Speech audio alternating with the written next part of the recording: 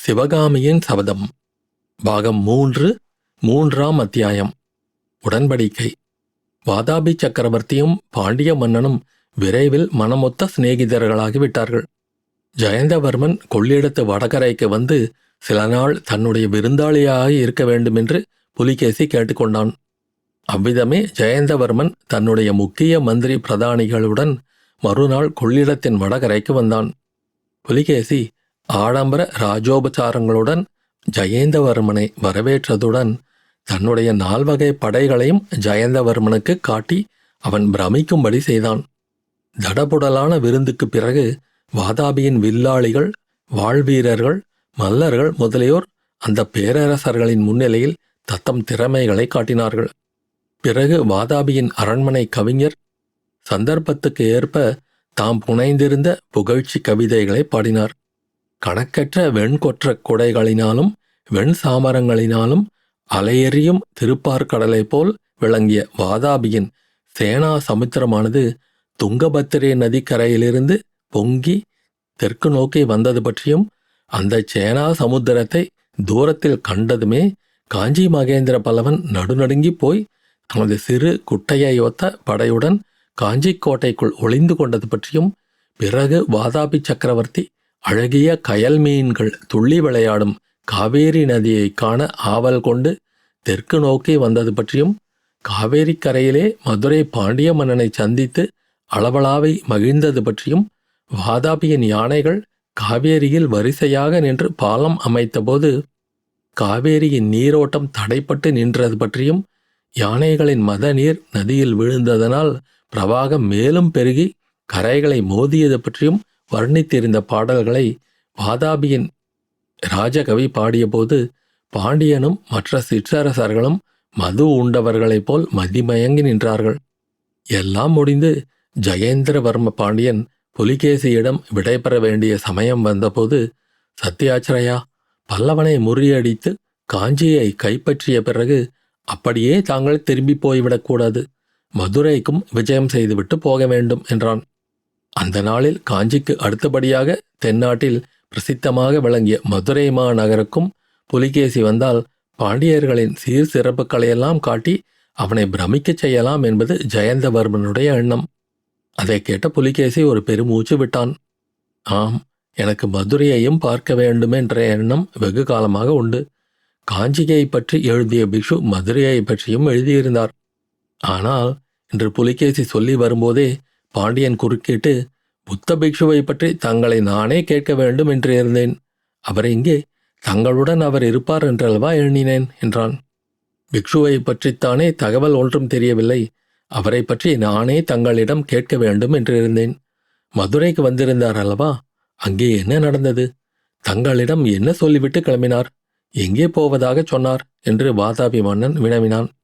பிக்ஷு மதுரைக்கு வந்த சமயம் தன் தந்தை காலமானதும், அதனால் ஏற்பட்ட குழப்பத்தில் பிக்ஷு சிறைப்பட்டதும், தனக்கு முடிசூட்டு விழா நடந்த பிறகு பிக்ஷுவை தான் விடுதலை செய்ததும் ஆகிய விவரங்களை கூறிவிட்டு ஜெயந்தவர்மன் மேலும் சொன்னதாவது: பிக்ஷு விடுதலை ஆன உடனேயே வாதாபி சைன்யம் காஞ்சியை அணுகிவிட்டதா என்று அவர் என்னை கேட்டார்.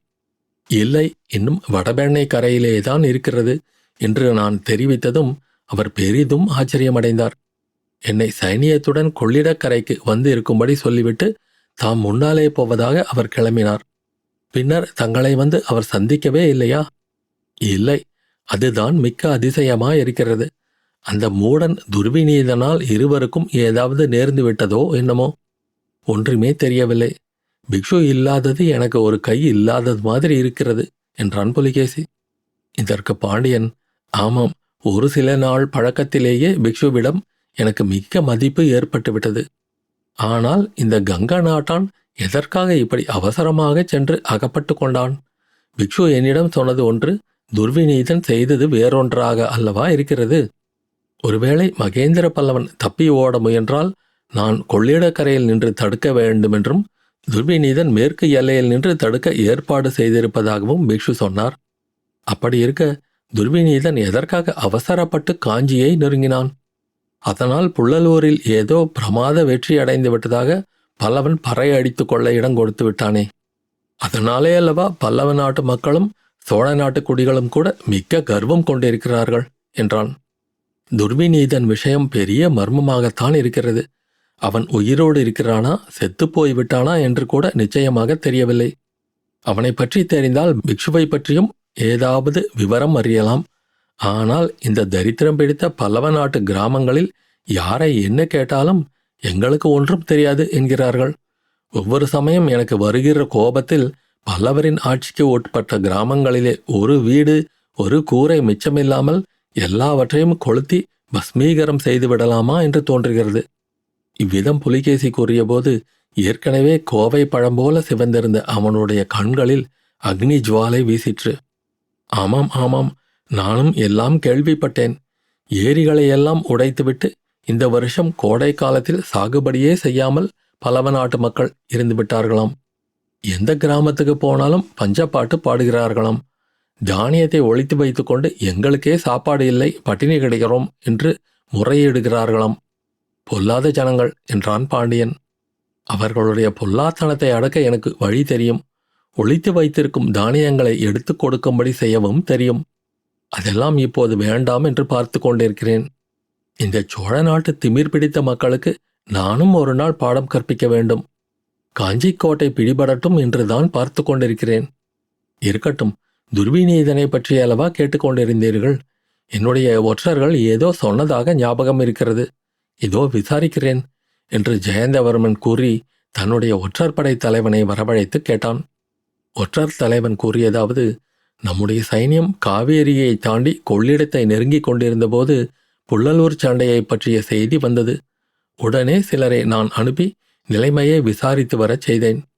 புள்ளலூரில் தோல்வியடைந்து கங்கராஜா தெற்கு நோக்கி ஓடி வந்தாராம். அவரை மாமல்லர் துரத்தி வந்தாராம். திருப்பார்கடல் என்னும் பெரிய ஏரி உடைத்து கொண்டு மாமல்லரை தடை செய்ததாம்.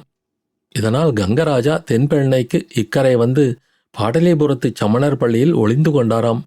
பிறகு என்ன நடந்ததென்று தெளிவாக தெரியவில்லை. திருக்கோவலூர் கோட்டத் தலைவன் சமணப்பள்ளியை தாக்கி இடித்து கங்கா மகாராஜாவை சிறைப்பிடித்து கொண்டு போனதாக சில ஜனங்கள் பேசிக்கொண்டார்களாம். திருக்கோவலூருக்கு தெற்கேயுள்ள மலை பிரதேசத்தில் சிறை வைத்திருப்பதாகவும் வதந்தியாம். பிறகு பேரரசர்கள் இருவரும் கலந்து ஆலோசித்து பின்வரும் திட்டத்தை வகுத்து கொண்டார்கள். புலிகேசி காஞ்சிக்கு திரும்பிச் சென்று கோட்டை முற்றுகையை இன்னும் தீவிரமாய் நடத்த வேண்டியது. காஞ்சி கோட்டை பணிகிற வரையில் வாதாபி சைனியத்துக்கு வேண்டிய உணவுப் பொருட்களை பாண்டியன் அனுப்பி கொண்டிருக்க வேண்டியது. கொள்ளிடத்தில் தண்ணீர் குறைந்ததும் பாண்டியன் தன் சைனியத்துடன் நதியை தாண்டி முன்னேறி வந்து தென்பெண்ணை நதி வரையில் கைப்பற்றிக் கொள்ள வேண்டியது. திருக்கோவலூர் கோட்டத் தலைவனை பிடித்து கடுமையாக தண்டிப்பதுடன் அங்குள்ள மலை பிரதேசத்தில் துர்விநீதன் சிறைப்பட்டிருந்தால் அவனை விடுதலை செய்து அனுப்பி வைக்க வேண்டியது. இந்த உதவிகளையெல்லாம் பாண்டியன் செய்வதற்கு கைமாறாக குமரிமுனையிலிருந்து தென்பெண்ணை வரை உள்ள பிரதேசத்தின் மகா சக்கரவர்த்தியாக ஜெயேந்திரவர்ம பாண்டியனை புலிகேசி அங்கீகரிக்க வேண்டியது. மேற்கண்டவாறு இரு தரப்புக்கும் திருப்திகரமான உடன்படிக்கையை செய்து கொண்ட பிறகு ஜெயேந்திரவர்ம பாண்டியன் வாதாபி சக்கரவர்த்தியிடம் விடை பெற்று கொண்டு பழையபடி கொள்ளிடத்தின் தென்கரை போய் சேர்ந்தான். அத்தியாயம் முடிவு.